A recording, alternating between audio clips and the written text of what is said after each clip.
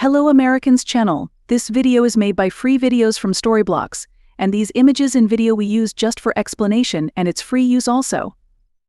110-year-old Titanic image found after decades. Experts turn pale when they zoom in. Beneath the icy waves of the North Atlantic, the Titanic's story lingers like a ghost, its tragedy etched in photographs that capture moments of pride, luxury, and heartbreak. On April 14, 1912, the unsinkable ship carrying over 2,200 souls struck an iceberg and sank, claiming more than 1,500 lives. These images, taken before and after the disaster, preserve laughter, elegance, and haunting stillness, fragments of a story too tragic to forget. From a chilling snapshot of the iceberg itself to the faces of children who became orphans, each photograph reveals a truth that cuts deeper than the ocean. One image, in particular, sent shivers through experts a century later, its sorrowful weight striking hardest of all. The Titanic's tale begins with grandeur. Built in Belfast's Harland and Wolff shipyard, it was the largest man-made object of its time, a floating palace of polished wood, brass fittings, and electric marvels. Its first-class cabins gleamed with silk bedding, its dining room seated 500 in opulent splendor, and its gymnasium boasted electric camels and rowing machines, a novelty in 1912. Yet, beneath the dazzle, flaws whispered of doom. Photographs of workers hammering 3 million rivets by hand show a hidden weakness: slag-ridden iron that cracked in the freezing Atlantic, letting seawater flood the hull. Another image of smoke billowing from the ship's funnels hints at a coal bunker fire that may have weakened the steel before the voyage began. These pictures, once symbols of human triumph, now scream of hubris and fate. The most haunting photograph may be of the iceberg itself, captured 2 days before the disaster by Captain W. Wood of the SS Etonian. Its coordinates, just miles from the Titanic's fatal collision, matched survivors' sketches of the jagged mass. Wood, convinced of its significance, marked the photo upon reaching New York. Forensic studies later confirmed its ridges aligned with accounts, making it a chilling artifact of the tragedy. Another image taken by Reverend Francis Brown before the ship's final departure shows lifeboats lying neatly on the deck, only 20, far too few for the passengers aboard. When the iceberg struck, this shortage forced gut-wrenching choices. Families torn apart, men left behind as women and children boarded half-empty boats. The empty deck space where more boats could have stood remains a stark symbol of negligence. On the docks of Southampton, a crowd waved goodbye as the Titanic pulled away, unaware they were bidding farewell forever. A photograph captures their faces, some silent, some smiling, frozen in a moment of innocence. Days later, those on board would face the unthinkable. A snapshot of 6-year-old Robert Douglas Spedden spinning atop on deck is particularly cruel. He survived the sinking, carried half asleep into a lifeboat, only to die 3 years later. In one of Maine's first car accidents, a boy spared by the sea, claimed by the dawn of a new century. The first-class smoking room, photographed in warm hues, hides a darker truth. Men lingered there playing cards and sipping brandy, as water burst through the walls. Some fled, others sat, accepting their fate as the room became a grave. The Titanic's bell, gleaming in a photograph, carries the weight of Lookout Frederick Fleet's desperate alarm. 3 sharp rings, then the cry, "Iceberg right ahead." Seconds wasted sealed the ship's doom. In the Marconi room, wireless operators Jack Phillips and Harold Bride sent frantic distress calls, their photograph a quiet prelude to their heroic final hours. The band's practice room, small and cluttered, belies their courage. As panic swept the decks, they played hymns like "Nearer, My God," to thee, calming the chaos until the waves took them. The engine room crew, captured proudly beside massive turbines, fought to keep lights on and pumps running, sacrificing themselves to buy time for others.